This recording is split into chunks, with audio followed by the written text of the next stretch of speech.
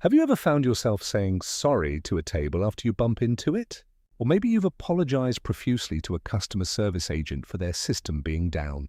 That reflexive, almost automatic "I'm sorry" that slips out, even when nothing is your fault. It can leave you feeling awkward, or worse, feeling small. Like you're constantly shrinking yourself to make space for everyone else's comfort. If that's you, I want you to hear this first. This habit doesn't mean you are weak. It doesn't mean you're a pushover. In fact, it often signals the opposite. It can be a sign of incredibly high emotional intelligence, a deep-seated hyper-empathy where you are acutely tuned into the emotional atmosphere around you. Or it can be a brilliantly adapted survival mechanism, a piece of psychological armor you learned to wear a long time ago. So let's gently unpack where this comes from, not with judgment, but with understanding. The first reason often lies in our earliest chapters, childhood conditioning. For some, an apology was the quickest way to de-escalate a tense or unpredictable environment. It became a peace offering, a way to soothe a parent's anger, or to simply make the emotional weather calmer. You learned that "I'm sorry" was a magic phrase that restored harmony, and that neural pathway became deeply worn. This connects directly to the second reason, a deep-seated fear of conflict. For the over-apologizer, conflict isn't just a disagreement. It can feel like a threat to the entire relationship.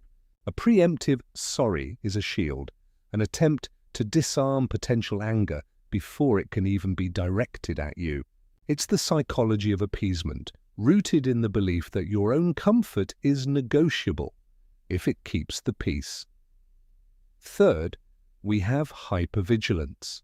This is a state of constantly scanning your environment for potential social threats or signs of displeasure. You notice the slightest shift in someone's tone, a micro-expression, a sigh, and your brain, wired to avoid danger, interprets that as a signal you've done something wrong. The apology is an attempt to correct a misstep you sensed, but that may not have even happened. Fourth is the classic driver, people-pleasing.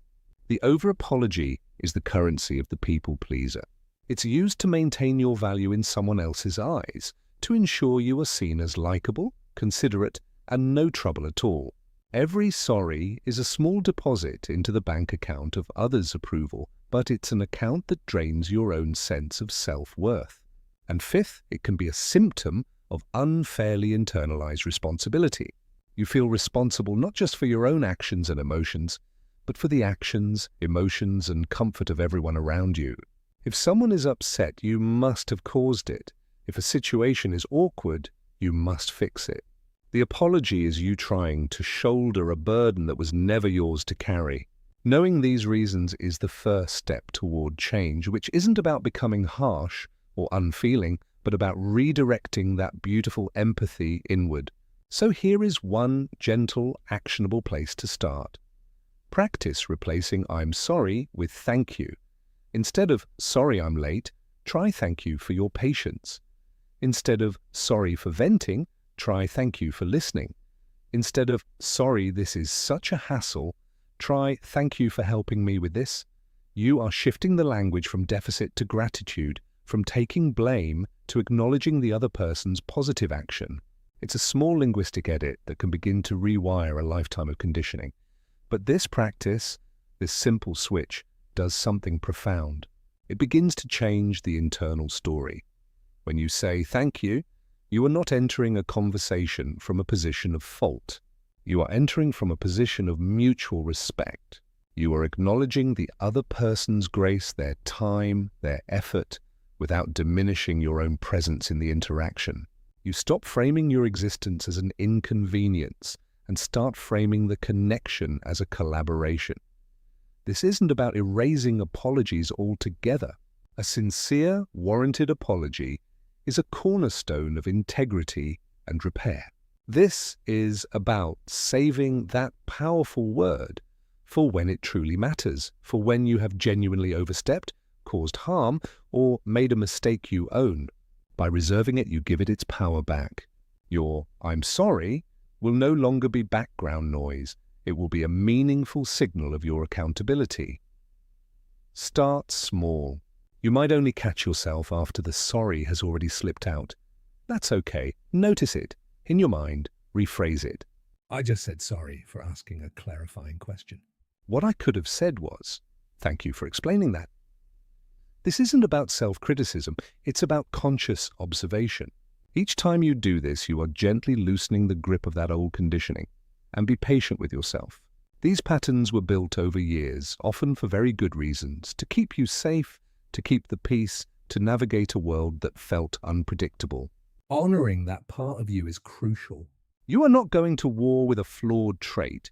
You are having a compassionate negotiation with a protective mechanism that has worked very hard for you. You are simply informing it that you are safe enough now to try a new way.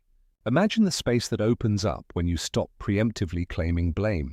The mental energy that is freed up when you're not constantly scanning for offenses you might have committed. That energy can be redirected. It can become creativity. It can become a deeper, more present listening. It can become the fuel for setting a gentle boundary, not with anger, but with a quiet clarity that says, this is mine to hold, and that is yours. Your empathy is not a weakness, it's a superpower. But like any superpower, it needs direction.